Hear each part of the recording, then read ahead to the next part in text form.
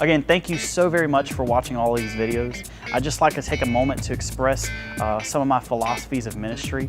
Now, given methods and all those type of things will change given with the times and technology, but I've landed on quite a few philosophies that work well for me. And if you could summarize all those into one statement or one sentence, it would be developing a culture where discipleship happens.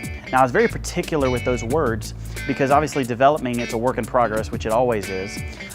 Culture, because the second somebody comes onto our campus, I want it to be evident that we have a feel, that we're about something, that we're mission-minded, that we have a purpose at hand. And that purpose is discipleship. Discipleship essentially is really the best way I feel to do ministry. Jesus did it, his disciples did it, and I believe that we should. The difference in discipleship and other things is, you can teach somebody off a chalkboard, but in order to disciple them, you show them how to live life. And so the way that we do discipleship is through three things. We connect with God, we connect with each other, and we connect with the world. Now, the methods in which I employ those things is when we connect with God, I do it two ways. I believe we should connect with God through our mind and through our heart. Now, with our mind, I will specifically make things directed towards learning about God. It's not necessarily a heart change or anything that you're going to walk away crying from, but it's something that you want to expand your understanding of who God is. Because our doctrines are great, but literally all those are words of man of trying to describe this big God. And I believe that God can all the time blow our understanding of who He is because He's that big. And so it might be a small group or some type of teaching session, but I believe that we should actively be trying to understand how big and how awesome our God is and learning more about Him. The second thing is connecting with God is with your heart. Those are really the heart of my and the focus of my services. You can learn as much as you want to about God, but if you don't become more like Him, then it's really all for nothing. And so our services is literally just trying to become more like Jesus. And how do we become more like Jesus? And doing our best to do that. Now, in order to connect with each other, my second point, that's really where the culture comes into effect. I believe that a church should be a community. It's not just a place where people come and hear a speech and then go home. It should be a community. It should be a culture. We should connect with each other. As iron sharpens iron, so one brother sharpens another.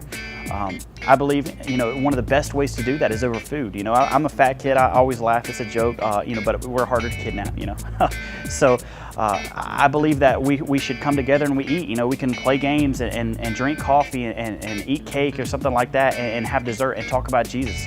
The rabbis actually, for a time, considered it a sin to eat and not talk about God.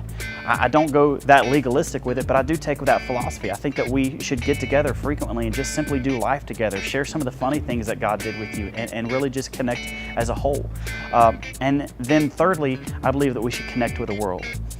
Obviously, if we don't connect with God first off, nothing else matters. If we don't connect with each other and get our entire core healthy, then we really can't connect or be anything worth to the world. But finally, but not least important, we should connect with the people outside of the church. We should win people to Christ. We should be inviting them to come experience this wonderful and big and huge God that we have.